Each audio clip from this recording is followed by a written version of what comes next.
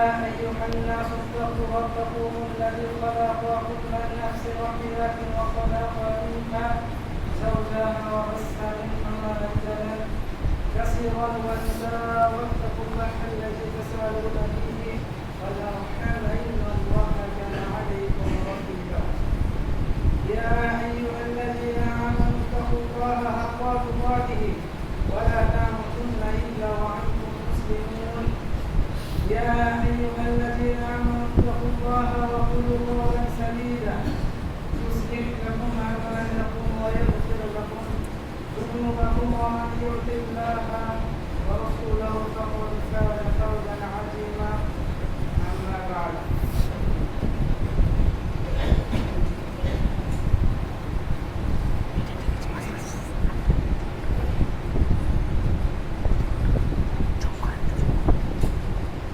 فإن خير الحديث كتاب الله وخير الهدي هدي محمد صلى الله عليه وسلم وشر الأمور محدثاتها وكل محدثة بدعة وكل بدعة ضلالة وكل ضلالة في النار.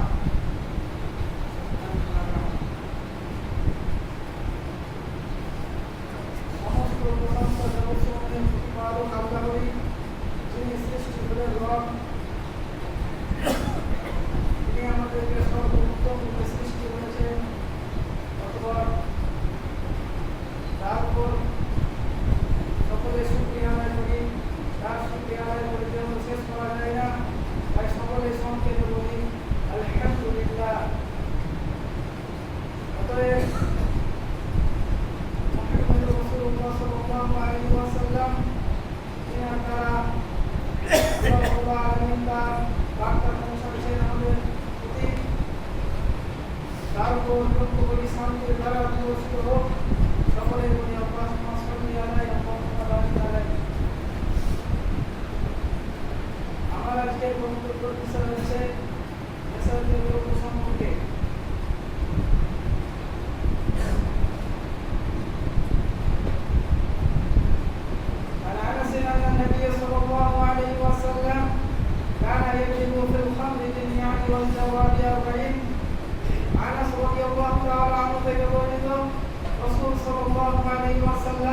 প্রত্যেক নেশাদ্রব্য ব্যক্তিকে 40 বার বেদনা মারতেন, 40 বার জুতোর বাড়ি মারতেন।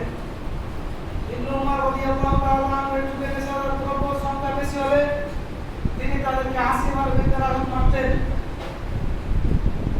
সহিহ বুখারীতে 445 নম্বর হাদিসে আবু মুসা রাদিয়াল্লাহু তাআলা আনহু রাসূল সাল্লাল্লাহু আলাইহি ওয়াসাল্লামকে বললেন, হে আল্লাহর রাসূল সাল্লাল্লাহু আলাইহি ওয়াসাল্লাম, আমাদের এলাকায় হিজড়া নামের এক প্রকার নেশাজাতীয় দ্রব্য যা তৈরি হয় মধু থেকে, এবং গীতম নামের এক প্রকার নেশাজাতীয় দ্রব্য যা তৈরি হয় জব থেকে। অতঃপর আল্লাহ রাসূল সাল্লাল্লাহু আলাইহি ওয়াসাল্লামকে বললেন, এগুলো সম্পর্কে হুকুম দিন, এগুলো হালাল না হারাম। অতঃপর রাসূল সাল্লাল্লাহু আলাইহি ওয়াসাল্লাম বললেন, নেশা সৃষ্টিকারী সকল বস্তু হারাম, সেটা যাই হোক না কেন, সেটা যে জিনিস থেকে হোক না কেন, সেটা হালাল জিনিস থেকে হোক না কেন, সেটা হারাম জিনিস থেকে হোক না কেন, সেটা যদি নেশা সৃষ্টি করে তাহলে সেই বস্তুটা হারাম। এ কথা রাসূল সাল্লাল্লাহু আলাইহি ওয়াসাল্লাম বলেন। আল্লাহ রাসূল সাল্লাল্লাহু আলাইহি ওয়াসাল্লাম বলেন, ওয়া কুল্লু মুসলিমিন হারাম, নেশা সৃষ্টিকারী নেশাজাতীয় বস্তু সকল বস্তু হারাম, সেটা যা থেকে তৈরি করা হোক না কেন সেই বস্তু হারাম। এ কথা রাসূল সাল্লাল্লাহু আলাইহি ওয়াসাল্লাম বলেন। তিনি আরো বলেন, ওয়া লা ইয়াদখুলুল জান্নাতা মুদমিনুল খামর, যারা নেশাজাতীয় দ্রব্য খায় বা পান করে তারা জান্নাতে যাবে না। এ কথা রাসূল সাল্লাল্লাহু আলাইহি ওয়াসাল্লাম সরাসরি বলেন। অতঃপর আমরা দিনে রাতে কত নেশাজাতীয় দ্রব্য খাই বা পান করি, এমন কোনো দিন নাই যারা নেশাজাতীয় দ্রব্য বস্তু যারা খায় তার এমন কোনো দিন নাই যেটা তারা খায় না। রোজ তারা প্রতিদিন খাচ্ছে এবং তারা বিন্দাস তারা পকেটে, নিজের পকেটে তারা সারাদিন রাখছে। এবং কি কত লোক আছে যারা সালাত আদায় করতে এসেও তাদের পকেটে বিড়ি সিগারেট থাকে। অথবা রাসূল সাল্লাল্লাহু আলাইহি ওয়াসাল্লাম সরাসরি বলছেন তারা জান্নাতে যাবে না যারা নেশাজাতীয় দ্রব্য খায় বা পান করে। নেশাজাতীয় দ্রব্য খাওয়া পান করে এটা একটা অত্যন্ত ঘৃণিত বস্তু।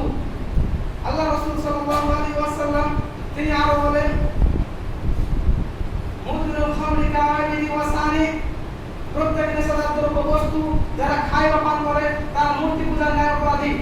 এবার বলেন মূর্তি পূজা কি অপরাধ? মূর্তি পূজা ওপেন শৃঙ্খের অপরাধ, যা করলে আল্লাহ কখনো ক্ষমা করেন না। অতঃপর তারা বিন্দাস খাচ্ছে, কোনো পরোয়া করে না, এত বড় পাপ করছে তারা, তাও কোনো পরোয়া করে না। অতঃপর রাসূল সাল্লাল্লাহু আলাইহি ওয়াসাল্লাম বলেন যারা নেশাদ্রব্য খায় বা পান করে তারা মূর্তি পূজা করে অপরাধ করলো। এত বড় অপরাধ করার পরেও আপনারা কিছু মনে করছেন না, বিন্দাস খেয়ে যাচ্ছেন। রাসূল সাল্লাল্লাহু আলাইহি ওয়াসাল্লাম কিভাবে বলবেন না মূর্তি পূজা নাই? মূর্তি পূজাকে একটা ছোটখাটো অপরাধ নাকি? মূর্তি পূজা হিন্দুরা যারা দেবী ভগবান পূজায় কত খারাপ খারাপ ভাবে আল্লাহকে শিরক করে তাদের অপরাধ। যারা নেশাদ্রব্য খাচ্ছে বা পান করছে, খামরের অর্থ এই না শুধুমাত্র মদ এই কথা নয়। খামরের অর্থ হচ্ছে, এটা আরবি ভাষা, যার অর্থ হচ্ছে নেশাজাতীয় দ্রব্য। সেটা হোক না কেন, যে জিনিসটাই হোক না কেন, সেটা হালাল জিনিস থেকে যদি তৈরি হয়, যদি সেটাতে নেশা তৈরি করে তাহলে সেটা হারাম। রাসূল সাল্লাল্লাহু আলাইহি ওয়াসাল্লাম কথা সরাসরি বলছেন। আল্লাহ রাসূল সাল্লাল্লাহু আলাইহি ওয়াসাল্লাম বলছেন যে ব্যক্তি নেশাদার দ্রব্য, কেউ যদি নেশাদার দ্রব্য খায় বা পান করে আল্লাহ রাব্বুল আলামিন তার 40 দিন সালাত কবুল করবেন না। যদি সে অবস্থায় মারা যায় তাহলে সে জাহান্নামে যাবে। যদি সে তওবা করে আল্লাহ রাব্বুল আলামিন তার তওবা কবুল করবেন। আবার যদি সে নেশাদার দ্রব্য খেতে লাগে, পান করতে লাগে, আল্লাহ রাব্বুল আলামিন তার 40 দিন সালাত কবুল করবেন না। যদি সে অবস্থায় মারা যায় তাহলে সে জাহান্নামে যাবে। যদি সে তওবা করে আল্লাহ রাব্বুল আলামিন তার তওবা কবুল করবেন। আবার যদি সে নেশাদার দ্রব্য খেতে লাগে, পান করতে লাগে, আল্লাহ রাব্বুল আলামিন তার 40 দিন সালাত কবুল করবেন না। যদি সে অবস্থায় মারা যায় তাহলে সে জাহান্নামে যাবে। যদি সে তওবা করে আল্লাহ রাব্বুল আলামিন তার তওবা কবুল করবেন। লোকটি যদি চতুর্থবার যদি নেশাদার দ্রব্য খেতে লাগে, পান করতে লাগে, আল্লাহ রাব্বুল আলামিন তাকে কিয়ামতের দিন গাদাতুল খামর পান করাবেন। সাহাবীগণ জিজ্ঞেস করলেন, হে রাসূল সাল্লাল্লাহু আলাইহি ওয়াসাল্লাম, গাদাতুল খামর কি জিনিস আমাদেরকে জানিয়ে দিন। রাসূল সাল্লাল্লাহু আলাইহি ওয়াসাল্লাম বললেন, আগুনের তাপে জাহান্নামীদের শরীর হতে যে গলে পড়া যে রসটা বের হবে, সেই রসের সঙ্গে আবার রক্ত মিশ্রিত করবে এবং পুঁজ মিশ্রিত করবে। আল্লাহ কোনদিন ওয়াদা খেলাপ করেন না। আল্লাহ রাসূল সাল্লাল্লাহু আলাইহি ওয়াসাল্লাম বলেছেন, নিশ্চয়ই আল্লাহর ওয়াদা রয়েছে যারা নিয়মিত নেশাদার দ্রব্য খায় বা পান করে আল্লাহ রাব্বুল আলামিন তাদেরকে দিনাতে ফল পান করাবেন।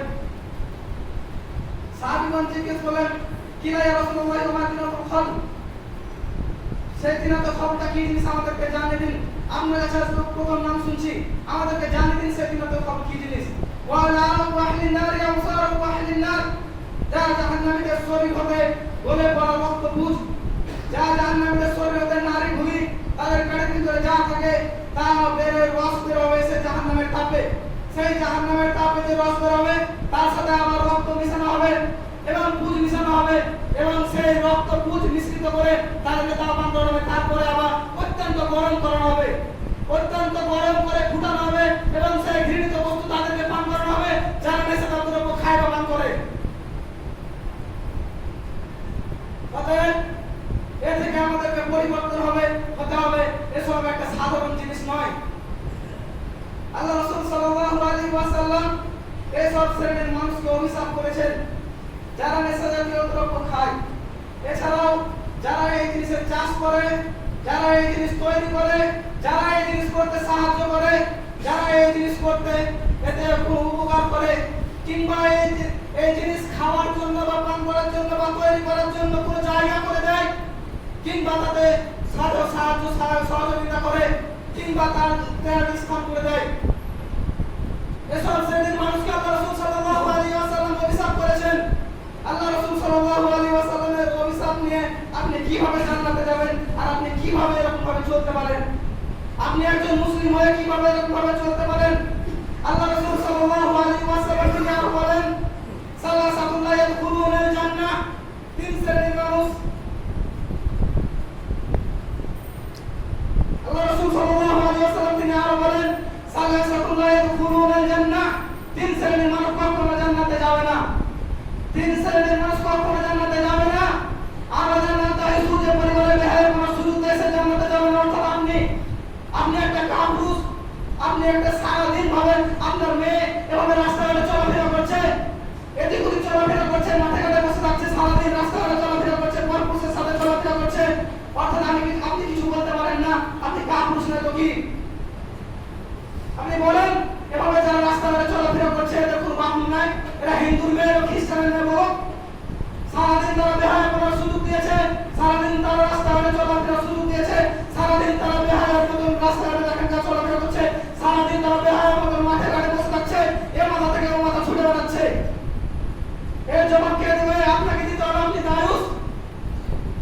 হিন্দুর মেয়েগুলোকে দেখেন তো, বলেন যে হিন্দুর মেয়ের চেয়ে আপনার মেয়ে খারাপ, আপনার বউ খারাপ? বলেন হিন্দুর মেয়েগুলোকে দেখেন, তারা রাস্তাঘাটে এসে চলাফেরা করে কিনা, তারা মাঠে ঘাটে চলাফেরা করে কিনা, তারা মাঠের মধ্যে বসে থাকে কিনা? অথবা আপনারা মুসলিম হয়ে আপনার মেয়েদের, আপনার বোনদেরকে দেখেন, তারা এরকম ভাবে সারাদিন চলাফেরা করে, সারাদিন রাস্তাঘাটে চলাফেরা করে এবং সারাদিন বাগানে বসে থাকে, সারাদিন দেহায় কোনো সুযোগ দিয়েছেন আপনি? অথবা আল্লাহ রাসূল সাল্লাল্লাহু আলাইহি ওয়াসাল্লাম বলেছেন তারা জান্নাতে যাবে না। কারা? যারা দায়ুস। অর্থাৎ আপনাকে আল্লাহ রাসূল সাল্লাল্লাহু আলাইহি ওয়াসাল্লাম বলেছেন, কে এর জবাব দিবেন? আল্লাহ রাব্বুল আলামিন কোরআন পাকে সূরা আল-আহজাব 33 নম্বর আয়াতে বলেন, "আকারনা ফি বুয়ুতিকুন্না তাবাররুজাল জাহিলিয়াতিল উলা।" তোমরা জাহিলি যুগের মতো, তোমরা সেই অশ্লীলতার যুগের মতো, সেই বেহায়াপনার যুগের মতো তোমরা বেহায়াপনার সুযোগ দিও না। তোমরা অপ্রয়োজনে রাস্তাঘাটে বের হও না। মেয়েদের দুষ্ট করে বলছে, তোমরা অপ্রয়োজনে বাইরে বের হও না। তোমরা বাইরে থেকে অপ্রয়োজনে বের হও না। অথবা তারা বেহায়াপনার সুযোগ দিয়েছেন আপনি, অথবা আপনাকে দায়িত্ব দিতে হবে, এই দায় আপনাকে নিতে হবে। আল্লাহ রাব্বুল আলামিন তাদেরকে জরুরি প্রয়োজন ছাড়া বের হতে মানা করছে। জাহিলি যুগের মতো, সেই অশ্লীলতার যুগের মতো, বেহায়াপনার যুগের মতো তাদেরকে বাইরে বের হতে মানা করছে। অথবা তারা বাইরে সারাদিন মাঠে ঘাটে বসে থাকছে, সারাদিন তারা চলাফেরা করছে। আচ্ছা, ওরা কি হিন্দুদের খারাপ নাকি? যে হিন্দুগুলো আপনার মাঠে ঘাটে বসতে লজ্জা করে, তারাকে তো কোনোদিন দেখতে হয় না যে মাঠে ঘাটে বসে আছে সারাদিন? অথবা আপনাদের মেয়েগুলো সারাদিন তারা মাঠে ঘাটে বসে থাকছে, আপনাদের স্বামী, আপনাদের স্ত্রী, আপনাদের বোন, আপনাদের মা এরকম ভাবে কেন বসে থাকবে? আপনাদেরকে দায়িত্ব নিতে হবে না? কে দায়িত্ব নেবে? আপনারা যদি দায়িত্ব না নেন, আল্লাহ রাব্বুল আলামিন বলেছে তোমরা জাহিলি যুগের মতো বাইরে বের হও না এবং অশ্লীলতার যুগের মতো, জাহিলি যুগের মতো বের হও না, বের হয় না। তোমাদের নিজেদের সৌন্দর্যকে প্রকাশ করো না সবার সামনে। অতএব এখন যদি একটা বিয়ে লাগে, তাহলে আপনার বোনদেরকে দেখবেন, আপনার স্ত্রীদেরকে দেখবেন, যত সাজসজ্জা আছে সব দেখে তারা বিয়ে খেলে যায়। তারা নিজেদের যে সৌন্দর্য আছে সেই সৌন্দর্যকে আরো বাড়াতে চায়, আরো বার করে সবাইকে দেখাতে চায়। কেন তারা এসব কাজ করবে? তারা কি আবার সেই জাহিলি যুগের মতো রীতিনীতি আবার নিয়ে আসতে চাইছে নাকি? সেই জাহিলি যুগের মতো, অসভ্য যুগের মতো কি আবার তারা রীতি নিতে চাইছে নাকি ফিরে? আর আপনি কি সেই জাহিলি যুগের মতো সুযোগ দিতে চান? আপনাদেরকে বলছে, আপনাকে তারা সেই জাহিলি যুগের মতো সুযোগ দিতে চান? সেই বেহায়া যুগের মতো কি সুযোগ দিতে চান? কেন তারা সেই সব জাহিলি যুগের মতো কাজ করে বেড়াবে? কেন তারা এই অসভ্য যুগের মতো এরকম ভাবে চলাফেরা করবে? আপনি কত বড় কাপুরুষ একটু দেখেন। এখন যদি একটা লাল গোলা থেকে লোক আসে আপনার স্ত্রীর সঙ্গে কিংবা আপনার বোনের সঙ্গে যদি কথা বলতে দেখেন, আপনি যে দুজনকে দুজন লাগিয়ে বাড়ি কাটিয়ে দিবেন, এবার বলবেন আমি কি কাপুরুষ, আমি কি এমনি তোকে বিয়ে করে নিয়েছি, এ কথা আপনি বলবেন। অথবা আপনি দুজন মারবেন। আপনার রাগ কান্ট্রোল করতে না পারে আপনি তাকে মারবেন, যেহেতু সে কাপুরুষ। অথবা এখন যদি আর একটা লোক আসে লাল গোলা থেকেই, অর্থাৎ সে যদি যে কোনো জামা কাপড় কিংবা কোনো কিছু নিয়ে আসে সামগ্রী বেচতে, অথবা আপনি তাকে দেখবেন যে সে যে তার সাথে কথা বলছে, তার সাথে মজা করছে, তার সাথে ইয়াকি করছে, তার সাথে ঠাট্টা করছে, অথবা সে সামগ্রী কিনছে, অর্থাৎ সেও না মেহরা। তার সাথে আল্লাহ বিধান দিয়েছে পর্দার, এর সাথে বিধান দিয়েছে। অথবা তার সাথে তাকে সে যখন প্রথম এলো তাকে আপনি মারলেন, অথবা যখন দ্বিতীয়বার এলো সে অন্য কিছু সামগ্রী নিয়ে, তার জন্য আপনি তাকে কিছু বললেন না। আপনি কত বড় কাপুরুষ আপনি লক্ষ্য করে দিয়েছেন। আল্লাহ রাব্বুল আলামিন, আল্লাহ রাসূল সাল্লাল্লাহু আলাইহি ওয়াসাল্লাম তিনি আরো বলেন, ওয়া লা ইয়াজনি জানিহিনা ইয়াজনি আল্লাহ মুমিন। তোমরা যারা জিনা করে আল্লাহর প্রতি বিশ্বাস থাকা অবস্থায় তারা জিনা করতে পারে না। কোন জিনাকার জিনা করতে পারে না যখন সে জিনা করে আল্লাহর প্রতি বিশ্বাস থাকা অবস্থায়। জিনা হচ্ছে মুখের জিনা হচ্ছে মুখ দিয়ে অশ্লীল কথাবার্তা বলা, অবৈধভাবে চুম্বন করা। কানের ব্যভিচার হচ্ছে কান দিয়ে অশ্লীল কথাবার্তা শোনা। হাতের ব্যভিচার হচ্ছে হাত দিয়ে স্পর্শ করা অশ্লীল ভাবে। পায়ের ব্যভিচার হচ্ছে পা দিয়ে ব্যভিচারের দিকে চলা, অথবা অন্তরের ব্যভিচার হচ্ছে অন্তর দিয়ে পরিকল্পনা করা। অন্তর দিয়ে পরিকল্পনা করা একটা জেনা। সে কান দিয়ে যে শ্রবণ করা, অশ্লীল কথাবার্তা শ্রবণ করা, এটাও একটা জিনা। অথবা সে এসবগুলো যদি করে, সে লজ্জাস্থান দ্বারা বাস্তবায়িত করুক অথবা না করুক, এগুলো সব জিনা। ওয়ালা ইয়াসরাবুল খামরা হিনা ইয়াসরাবুহা ওয়া হুয়া মুমিন। তোমাদের কেউ কোন ব্যক্তি যে নেশাজাতীয় দ্রব্য খায় বা পান করে, নেশাজাতীয় দ্রব্য খেতে বা পান করতে পারে না যখন সে নেশাজাতীয় দ্রব্য খায় বা পান করে আল্লাহর প্রতি বিশ্বাস থাকা অবস্থায়। অথবা যে ব্যক্তি নেশাজাতীয় দ্রব্য খায় বা পান করে আল্লাহর প্রতি বিশ্বাস তার থাকে না, এই কথা এবার রাসূল সাল্লাল্লাহু আলাইহি ওয়াসাল্লাম বলেন, ওয়ালা ইয়াসরিকু সারিকু হিনা ইয়াসরিকু ওয়া হুয়া মুমিন। কোন চোর চুরি করতে পারে না যখন সে চুরি করে আল্লাহর প্রতি বিশ্বাস থাকা অবস্থায়। ওয়ালা ইয়ানতাহিবু নুহমাতান জাতা সারাফি ইয়ারফাউ الناس ইলাইহি ফিহা আবসারহুম হিনা ইয়ানতাহিবুহা ওয়া হুয়া মুমিন। কোন ডাকাতি বা ছিনতাই করতে পারে না যখন সে ডাকাতি বা ছিনতাই করে, সে প্রকাশ্যে করুক অথবা গোপনে করুক, অথবা সে দিনে করুক অথবা রাতে করুক, সে আল্লাহর প্রতি বিশ্বাস থাকা অবস্থায় সে ডাকাতি বা ছিনতাই করতে পারে না। ওয়ালা ইয়াকুবু আহাদুকুম হিনা ইয়াকুবু ওয়া হুয়া মুমিনুন। তোমাদের কেউ আমানতের খিয়ানত বা যে কোনো মালের খিয়ানত করতে পারে না যখন সে খিয়ানত করে আল্লাহর প্রতি বিশ্বাস থাকা অবস্থায়। সে আমানতের খিয়ানত যাই হোক না কেন, সেটা হোক না কেন, মসজিদে যতগুলো ঈদগাহ ময়দানে যতগুলো টাকা উঠেছে, সেই টাকা যদি আপনি যত টাকা হিসাব করেছেন তার থেকে যদি আপনি 1 টাকা যদি এদিক ওদিক করে নিজের ইচ্ছা, তাহলে আপনি আমানতের খিয়ানত করলেন।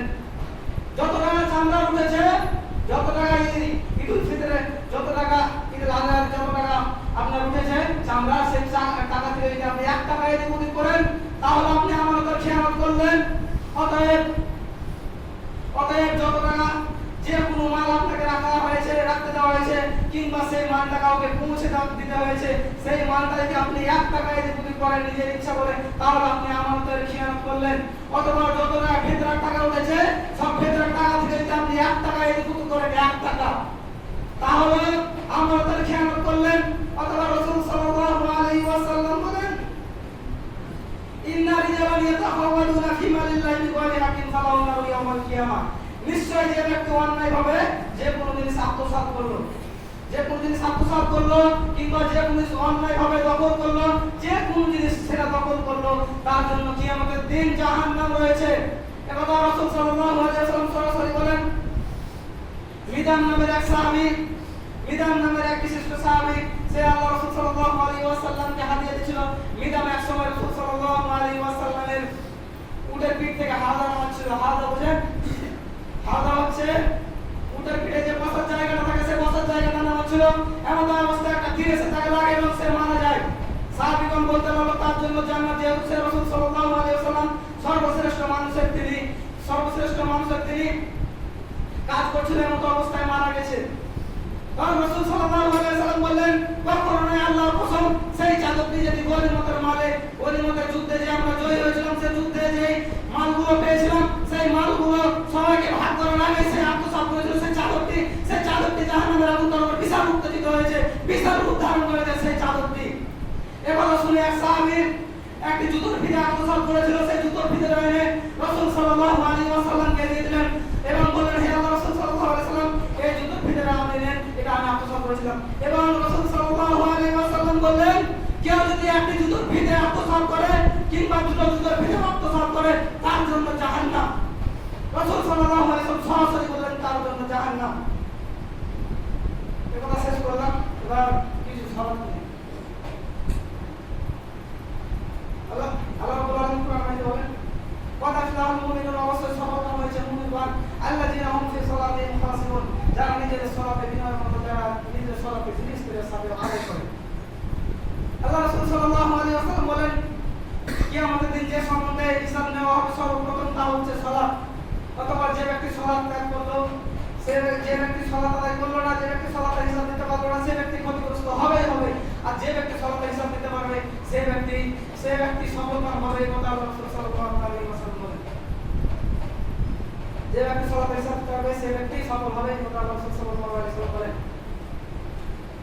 সূরা সহিহ মুসলিম 148 নম্বর হাদিসে আল্লাহ রাসূল সাল্লাল্লাহু আলাইহি ওয়াসাল্লাম বলেন, ইন্না বাইনা রাজুলি ওয়া বাইনা শিরকি ওয়াল কুফরি তারকাস সালাহ।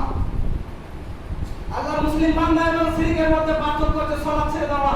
অতএব যে ব্যক্তি শিরক ও কাফেরের মধ্যে পার্থক্য হচ্ছে সালাত ছেড়ে দেওয়া। অতএব যে ব্যক্তি সালাত ছাড়লো সে ব্যক্তি কাফের। কাফেরের অর্থ হচ্ছে যে আল্লাহকে অস্বীকার করে, যে কোরআনকে অস্বীকার করে, যে হাদিসকে অস্বীকার করে, যে আল্লাহর রাসূলকে অস্বীকার করে, তারাই হচ্ছে কাফের। যে সালাত আদায় করে না তাকে আপনি খ্রিস্টানের বাচ্চা খ্রিস্টান বলতে পারেন, আপনি ইহুদির বাচ্চা ইহুদি বলতে পারেন, আপনি সাঁওতালের বাচ্চা সাঁওতাল বলতে পারেন, তাকে কোনোদিন মুসলিম বলতে পারেন না আপনি। সে কোনোদিন মুসলিম হতে পারে না যে ব্যক্তি সালাত আদায় করে না। এই কথা রাসূল সাল্লাল্লাহু আলাইহি ওয়াসাল্লাম সরাসরি বলেছেন। আমাদের মুসলিমদের এবং যারা কাফের তাদের মধ্যে হচ্ছে সালাত। যে ব্যক্তি সালাত ছাড়ে সে ব্যক্তি কাফের, এই কথা রাসূল সাল্লাল্লাহু আলাইহি ওয়াসাল্লাম সরাসরি বলেছেন। অথবা যে ব্যক্তি সালাত আদায় করে না তাকে পুকুরের মতো খাল করে পুঁতে দিতে হবে। তার কোনো জানাজা নেই, পুকুরের মতো খাল করে পুঁতে দিতে হবে, কারণ ওপরে থাকলে বন্ধ করে হবে, তাকে পুকুরের মতো পুঁতে দিতে হবে। বুঝতে পারেন কথা? ওপরে যদি থাকে সে বন্ধ করে হবে, তার জন্য খাল করে মাটি দিয়ে চাপা দিতে হবে। তার কোনো জানাজার সড়ক নেই।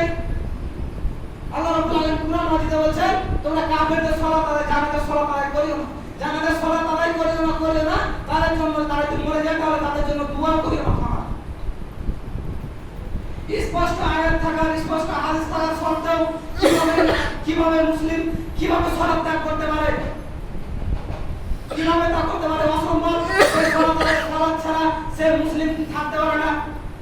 উমর রাদিয়াল্লাহু তাআলা আনহু বলেন, কেউ যদি সালাত আদায় না করে তার মুসলিমের কোনো অংশই নেই। সে যে দাবি করবে যে আমি মুসলিম, তার বলার কোনো ক্ষমতা নেই, তার বলার কোনো অধিকারই নাই। অতএব যে ব্যক্তি সালাত আদায় করবে না তার জবাই করা মাংস খাওয়া যাবে না। যে নারী সালাত আদায় করে সেই নারীর সাথে যে ছেলে সালাত আদায় করে না সে তার সঙ্গে বিয়ে দেওয়া যাবে না। অথবা আল্লাহ রাসূল সাল্লাল্লাহু আলাইহি ওয়াসাল্লাম ইবনে মাজাহ 1080 নম্বর হাদিসে তিনি বলেন লাইসা বাইনাল আবদি ওয়াস শিরকি ইল্লা তারকুস সালাহ। আল্লাহর মুসলিম বান্দা এবং শিরকের মধ্যে পার্থক্য হচ্ছে সালাত ছেড়ে দেওয়া। ফাইজা তারাকা ফাকাদ আশরাকা। অতএব যে ব্যক্তি সালাত ছাড়লো সে ব্যক্তি শিরক করলো। শিরক কি শুধু মূর্তি পূজা করলে শিরক হয়? কে বলেছে আপনাকে মূর্তি পূজা করলে শিরক হয়? আল্লাহ রাসূল সাল্লাল্লাহু আলাইহি ওয়াসাল্লাম বলেছেন যে ব্যক্তি সালাত ছাড়লো সে ব্যক্তি শিরক করলো। কেন সালাত আদায় করবেন না? আপনি যদি সালাত আদায় না করেন আপনার জানাজা উপস্থিত হওয়া যাবে না। ইমাম সাহেব তো যেতে পাবেনই না। যারা মুসল্লি, যারা নামাজ পড়ে, যারা সালাত আদায় করে তারাও যেতে পাবে না। এর আগে যে কোরআনের আয়াতটা বললাম তো বুঝতে পারলেন তো? সময় শেষ।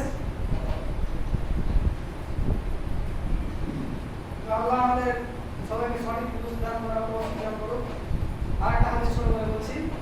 আল্লাহ রাসূল সাল্লাল্লাহু আলাইহি ওয়াসাল্লাম বলেন, যারা সালাত আদায় করে তাদের উদ্দেশ্য করে বলছেন, বলো তো সাহাবীদের উদ্দেশ্য করে বলছেন, বলো তো তোমাদের বাড়ির সামনে যদি একটা নদী থাকে, সেই নদীতে যদি তোমরা প্রতিহত 5 বার করে গোসল করো, সেই নদীতে যদি তোমরা প্রতিহত 5 বার করে গোসল করো, তাহলে কি তোমাদের শরীরে কোনো রকম ময়লা থাকবে?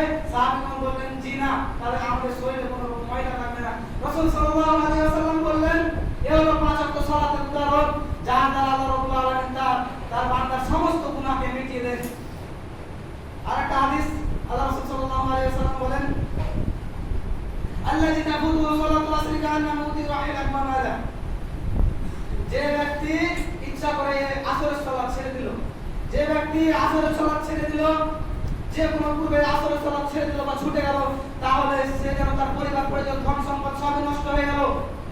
পরিবার পরিজন ধন সম্পদ সব নষ্ট হয়ে গেল। আল্লাহ রাসূল সাল্লাল্লাহু আলাইহি ওয়াসাল্লাম বলেন, আপনি ভাবছেন যে কই আপনার পরিবার তো ভালো হয়, ঠিক আছে, দেখেন না আপনার পরিবার, আপনার পাড়া প্রতিবেশীর সঙ্গে কোনো মিল নেই, আপনার ভাই ভাইয়ের সঙ্গে কোনো মিল নেই, আপনার চাচার সঙ্গে কোনো মিল নেই, চাচার সঙ্গে তো দূরে থাকেন, আপনার বাপের সঙ্গে কোনো মিল নেই। এগুলো আমার সঙ্গে ভালো পরিবার? এই পরিবারে কি ভালো মনে করছেন? অতঃপর আল্লাহ রাসূল সাল্লাল্লাহু আলাইহি ওয়াসাল্লাম যে বলছেন যে যারা আসরের সালাত ছাড়লো তাদের ধন সম্পদ নষ্ট হলো। ধন সম্পদ বলতে কি আপনার এই টাকা পয়সা বোঝানো হয়েছে? জি না, আপনার ধন সম্পদ বলতে বোঝানো হয়েছে সেই পরকালে ধন সম্পদ। যে ধন সম্পদ করলে আপনি পরকালে সম্পদ লাভ করবেন, যে ধন সম্পদ যে সম্পদ আপনি অর্জন করলে পরকালে সুখী হতে পারবেন, সেটাই হচ্ছে অরিজিনাল সত্যিকারের ধন সম্পদ। অথবা আপনাদেরকে কঠোরভাবে বলে দিচ্ছি যে কথা, রাসূল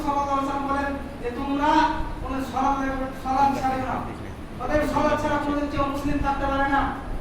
অতএব সবাই সালাত আদায় করবো ইনশাআল্লাহ।